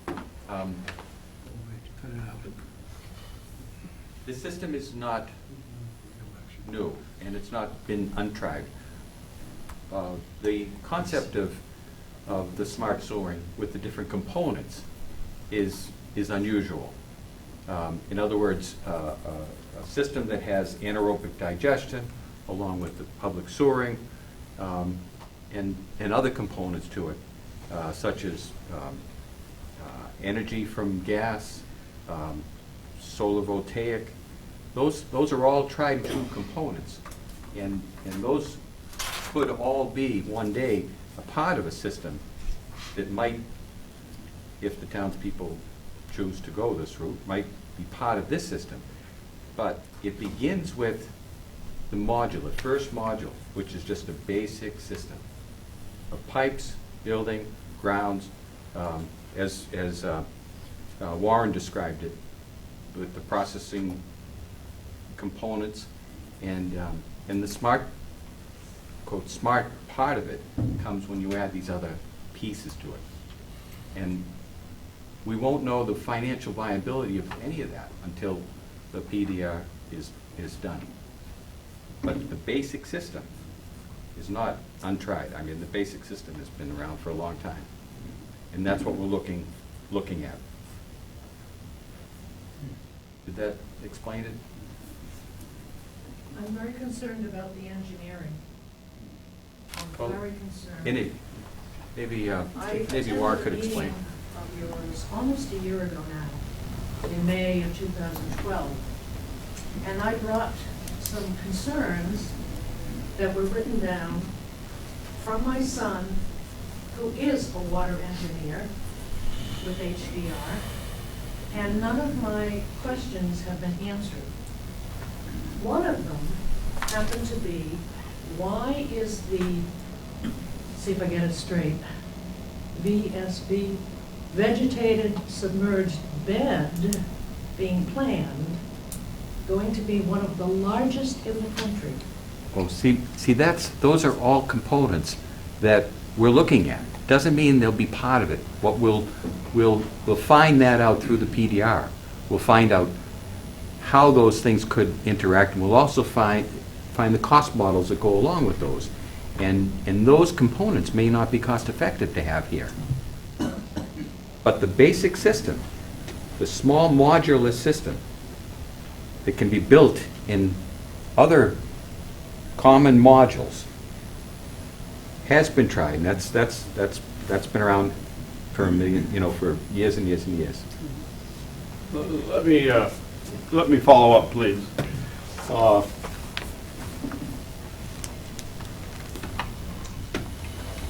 There's been wide diversity of opinion within the committee as to the processes that will be used or could be used for the treatment process. This diversity of opinion, or this diversity of processes to treat the waste, will be evaluated in the preliminary design report, and cost models associated with them will be prepared.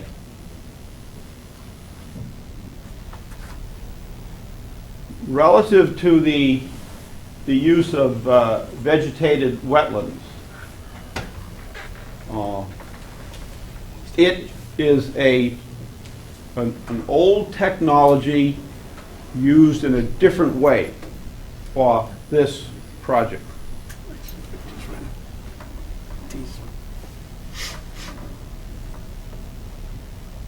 Pictorially, it's this kind of thing. Pictorially, this is also a new kind of process that's been around a long time that could be incorporated into the processes that the treatment required.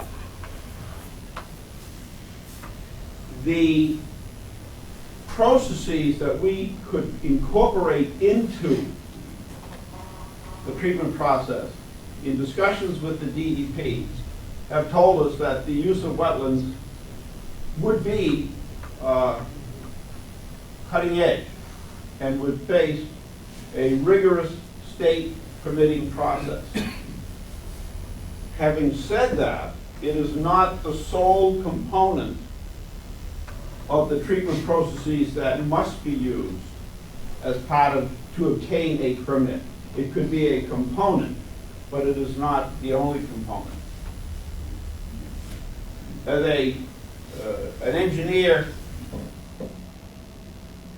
with more than a little experience in these matters, I would applaud the use of these innovative techniques, but you still have to meet a floor of reliability,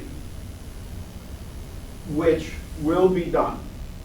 The preliminary design report explores all the processes and the innovative add-on processes and prices them all. The problem for us as a committee is that as we keep adding on more and more innovative treatment processes, there's a cost associated with that, and as costs go up, affordability goes down. But that's exactly what the preliminary design report will illustrate. And we do not have the answers now. Okay. Jerry, you've had your hand up a lot. Will you come on back? First of all, just a couple of comments. Ted, one of the big things, as I see it, you look at the pie chart, and it's like the two big players are going to be IBM and, I don't know if Sand Park was factored in, or the Point was factored into that chart. I don't think he is because I Oh, he's don't not, I'm think sorry. he exists. But my guess is, Oh, he's- those two properties alone are probably going to make up three-quarters of it. And Right, right. if those two want to join in, if those two have a firm commitment, the sewer's going to fly regardless of the rest of the folks. If they don't, it's pretty much dead in the water. As far as treatment technologies, I believe the town of Acacia, California, years ago used an artificial wetland as part of their treatment process. Granted, it's warm weather, this is cold, but I think what people are afraid of is that, yes, all these new technologies sound great, they just don't want Littleton to be the beta test site. Neither do I. And some other people have brought up, what happens if people can't afford the betterments? The answer to that is simple. The town takes the land and tax title. I don't, yeah, oh.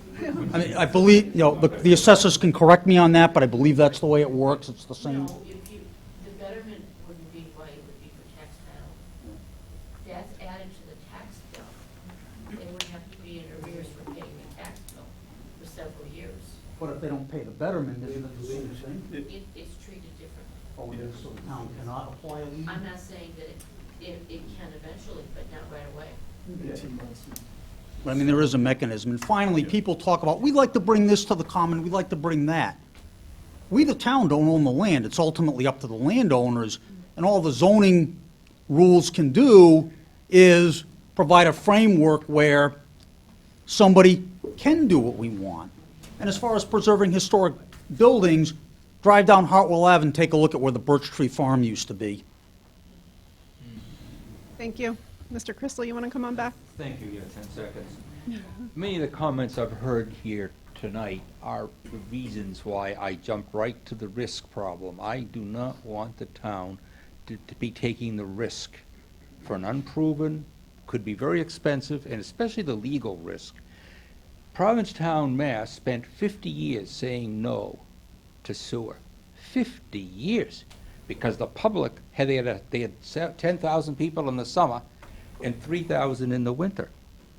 And the 3,000 in the winter said, we're not going to pay for this. So finally, they were maybe an exception for them. They said, oh, well, okay, we'll exclude you. You don't have to hook up. You don't have to pay. So they actually gave the public what they wanted after 50 years. And then they had a sewer disaster. They built a sewer and they had to close the beaches for 2 weeks. And this was a disaster. And I don't want any kind of disaster like that in Littleton. And I promise to give you guys information in a few months before November about some disasters taking place around the country to do with biomass use. And I don't think, so risk is my game. And let somebody else take the risk. In Westford, they solved it. The town is not at risk in Westford.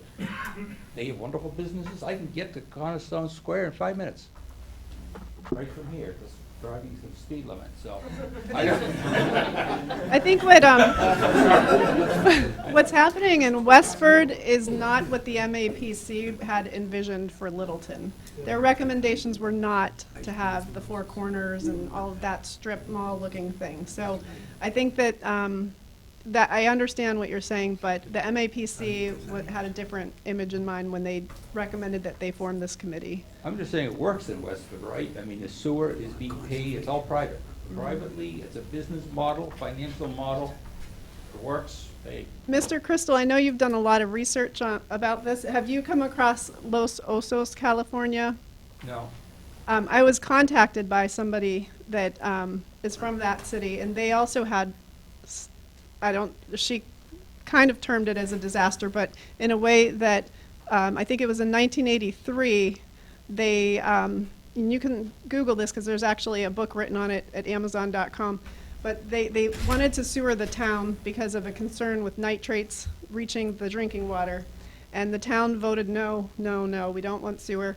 And now 30 years later, they have no choice but to sewer because the water is so dangerous you can barely touch it. And now every household has to pay for something that would have been practically free or free back in 1983. But now the residents, the entire town, has to pay for this. So Well, it's that's a technical issue. And it's another perspective of, there's a lot of, actually, it's amazing how much sewer controversy there is out there if you start looking for it. But, Mr. Crowley, did you yeah. want to talk? Two things, Henry, to address two of your questions. Yeah.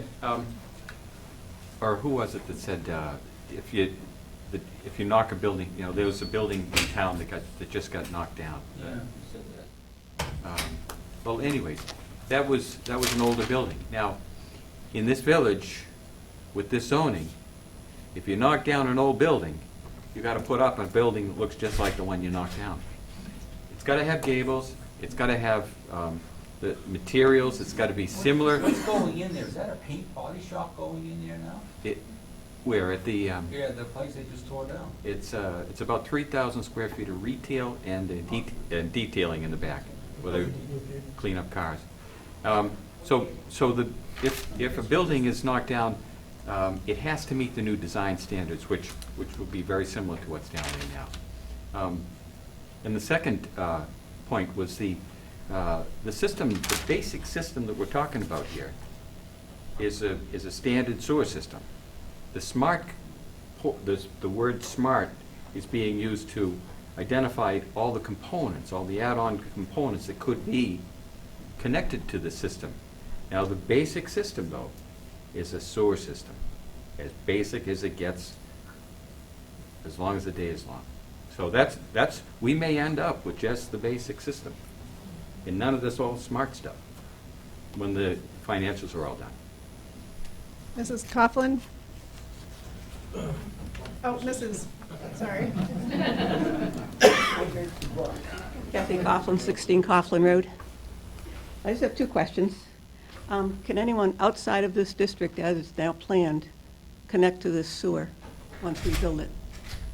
And the other question is, if in 20 years we're going to get $7.3 million estimated towards our town budget and taxes, which sounds great now, what is our budget going to be in 20 years? I won't be here, but no.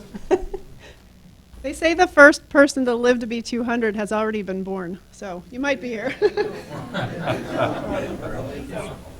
just answer the question about who can connect. Oh, that's a no, right? That's a no, right? Yeah, the first question, the answer is no. And the second question, does anybody want to? The budget of the town. Yeah, the budget of the town, that's something, For these phenomenal. yeah, it's a good question. Yeah.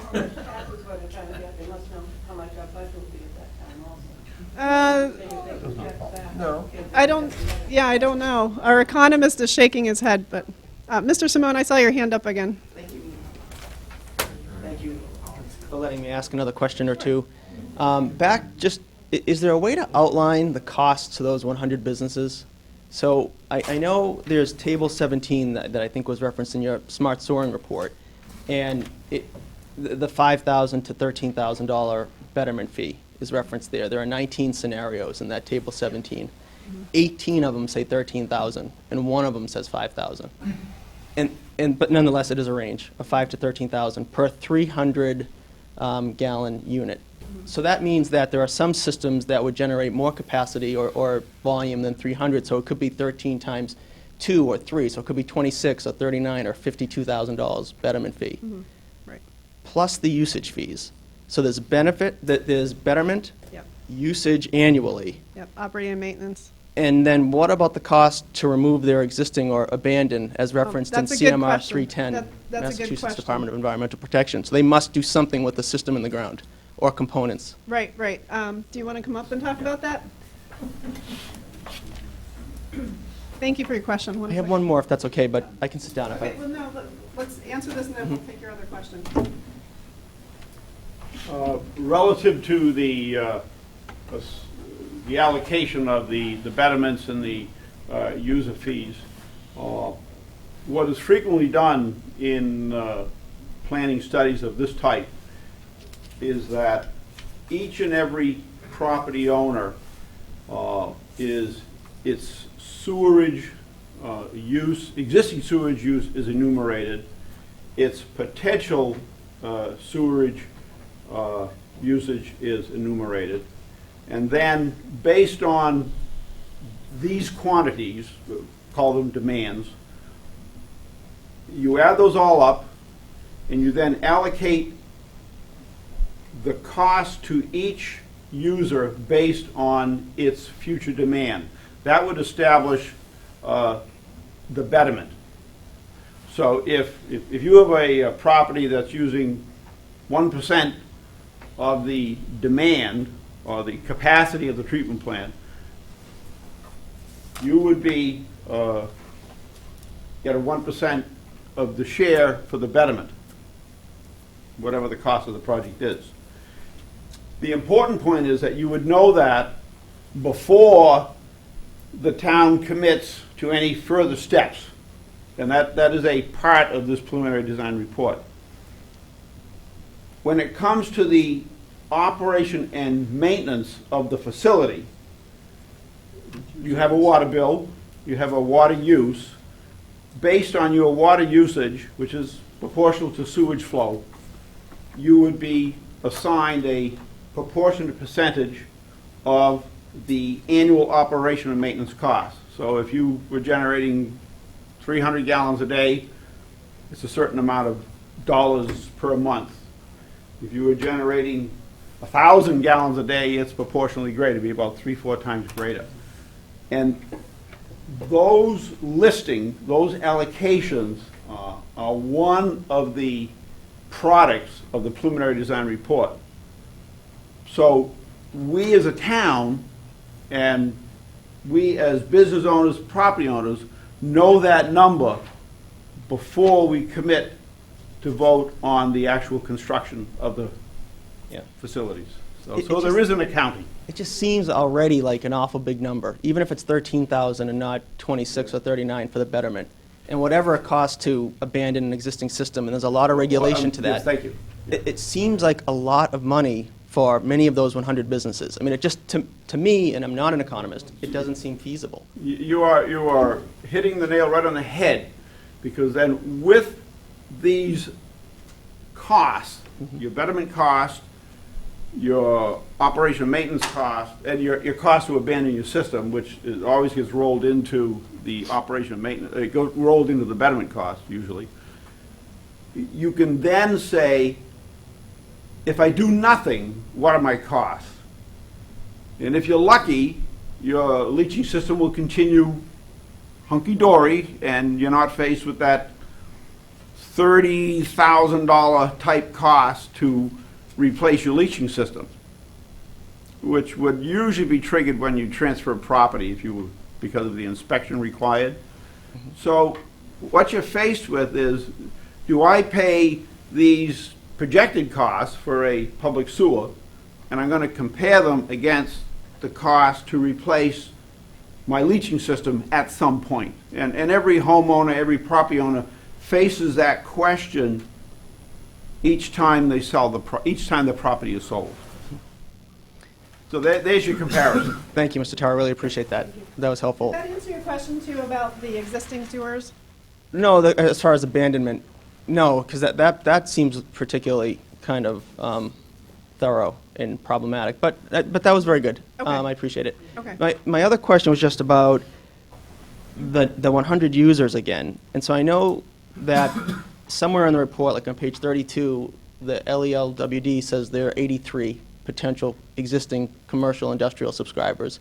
And Appendix I says there are 98, but it's somewhere 83 to 98. And in that, I think it's J, Appendix J, kind of talks about the volumes they're currently generating. And those businesses are generating a throughput today of around 23,000 gallons. And so the 30,000 gallon phase one in the report makes sense. To build phase one, that's 30,000, capacity for 30,000 gallons per day. Today you referenced 50,000, but in the report it's 30. But then you get to the full build out and how we may get to 7.3 million in revenue and so forth and so on. And that's 182,000 gallons of capacity, according to that same table in the report. And so that's 6 times the 30. And the number of subscribers is like 600 or 606. So we go from 83 to 98 to, and that's listed in Appendix I, the 98, to 606 potential subscribers. So where are they going to be, those 600 subscribers, in order to pay for it? Mr. Zimmerman? did you- And what is that, the necessity for that much capacity at 182,000, which is like 6 times what the business district today generates? And is it a possibility, I guess this would be my final, I guess the third part of the question, is there a possibility that it's capacity for influences outside of the town to use beyond the subscribers that we generate? Okay. But where would those 600 subscribers be? Okay. I mean, that's a lot more than 83. I'm going to have our consultant, Mr. Zimmerman, just respond to that. Thank you. Well, in point of fact, you kind of answer a lot of the questions with this, a lot of your questions with this answer. So you have 98 property owners out there right now, and they all have whatever single use they have, okay? For them to upgrade, so for example, you take Common Convenience. I hate to pick on Common Convenience, but what the heck. You and I always do. Yeah, we always do. Say he puts in a 32-foot tall building under zoning and meets all the decoration codes and that sort of thing, and parking out back. And on the second floor of his building, he has a series of 4 condos or 4 apartment units. So we just went from 0 to 4 new uses. And on the first floor, he has on one half of the building a cafe, and in the other half of the building a lawyer's office and an insurance office. So you now have on the one property 7 users, okay? And with the 7 users come Title V flow rates. So that each apartment building, depending on number of bedrooms, so let's assume they all have 2 bedrooms under Title V, that's X flow, I forget what, I think it's 220 gallons a day, 110 gallons per day for a bedroom. I'm amazed I could remember that. And on the first floor, you've got the insurance office and the law office. Their flows are something less than that, something like 80 gallons per day per unit. And on the cafe, that's pretty heavy. That's up in the 600, 700, maybe even 1,000 gallons per day, depending on the number of seats. So he went from 300 gallons per day at Common Convenience, which is, you know, just the single use, to suddenly now he's using, I didn't add all that up, but pick a number, 1,500 gallons per day. So as a consequence, his user fee goes up, and his betterment fee goes up. But you also, if you just counted, you also have 7 sources of income where before you had 1. That's how this works. And to go over the 20-year period, Don calculated using current property taxes at full build-out for the district, that annual revenues to the town would be $7.3 million more than we currently collect. So that's half again what we currently collect. However, that's not all going to happen next week or the week after the sewer system is built. What will happen is each year some properties will change. Currently, none of those properties have options. They're stuck. Even if they put in what's called an innovative alternative system for septic usage, which depending on the property can cost anywhere from $30,000 to $60,000 per property. When they're done with that, they're still stuck with the same use they have right now. They can't increase wastewater discharge.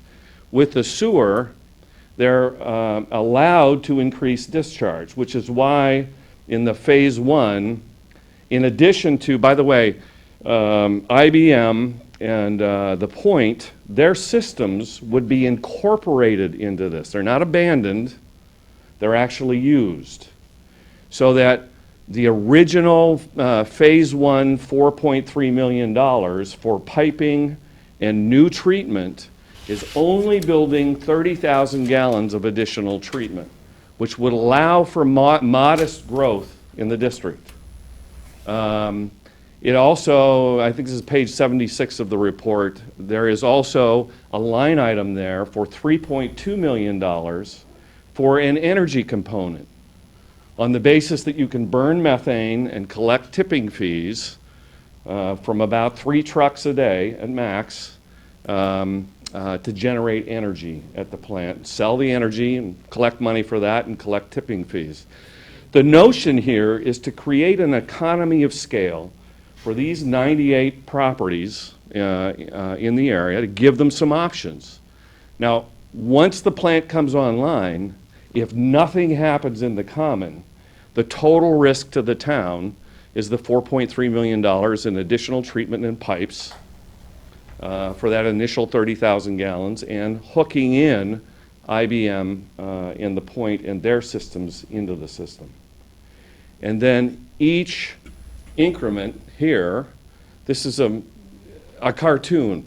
It suggests that there might be 4 points at which the system would expand. In fact, there might be only 1 point at which the system might expand.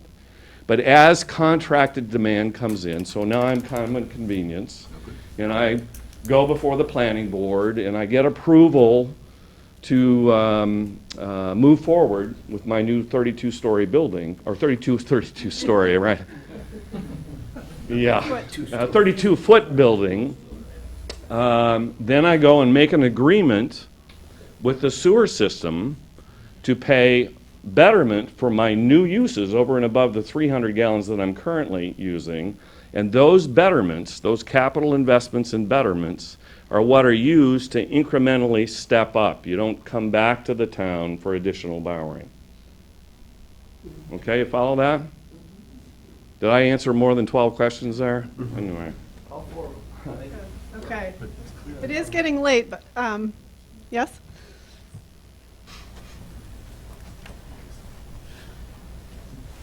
Hi, Amy Tarlow Lewis, and I'm at 3 Omega Way.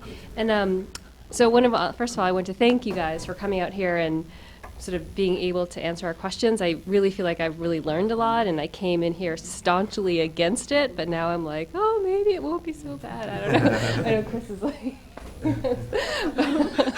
but so one of the things I sort of think about, and I kind of wonder myself, is like, why are we doing this for just 100 businesses in town when we have all these residents down Goldsmith Road and we have this great natural resource, Long Lake? Would this sewer improve the quality of the water at Long Lake? Yes, yes, it would. Or some of the other natural resources we have? Oh, it's, well, not at Long Lake, but it will, to our surface water, I understand that it will. And eventually, that water gets to our lakes. Am I right? Goes the other way to Beaver Brook. Okay, so I meant to put a watershed map on this, and I'm sorry I didn't, that shows where the division is and where it flows. Yeah. So.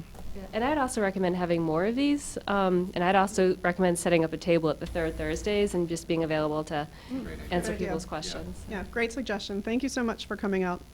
I'm going to take about 2 or 3 more questions, and then we'll call it a night. So Mr. Coughlin, and then we'll do Mr. Levine after that.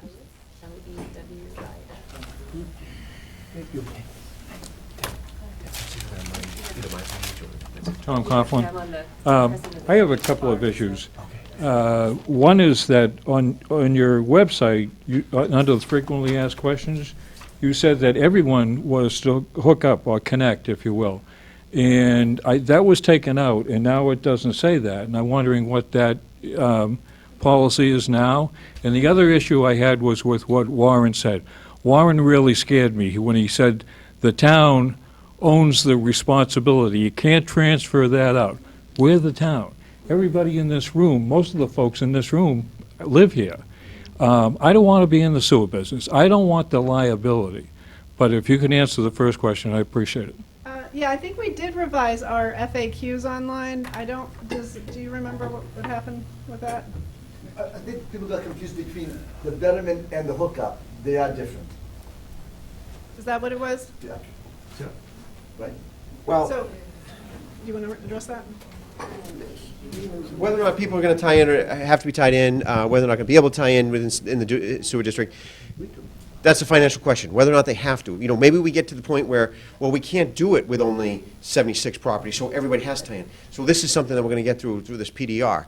And I think that maybe by answering the questions, we either jumped the gun. We did get a lot of questions from a resident, from Mark Levine, and we did try to answer those. I don't know if it was one of those, but there's a lot of questions that we tried to answer, and maybe we jumped to a conclusion and, you know, it was taken down because we really don't know. But PDR is going to answer those questions as far as who has to tie in, how many property owners do we need to make this viable. Could I answer the question about insurance? Tom, in terms of the insurance or the liability, the town the town of Littleton is insured by Maya. That's a municipal insurance group that insures all towns, or many, many towns in the state of Massachusetts. It's a big pool. And just like other towns that have sewer systems, if we adopted a sewer system, it would be covered under the Maya insurance policy, just the same as any other town with a municipal sewer system. So But that lends itself to a lot of other questions. What's the limit? And, are rates going to go up if in fact we invoke that? those kinds of things will be captured in the PDR. Those costs will be captured in the PDR, and they will be assessed to the whole sewer system process. So all of those costs will become part of this sewer system. It won't be, that type of cost won't be spread out to the rest of the town. At least it's my understanding that it wouldn't be.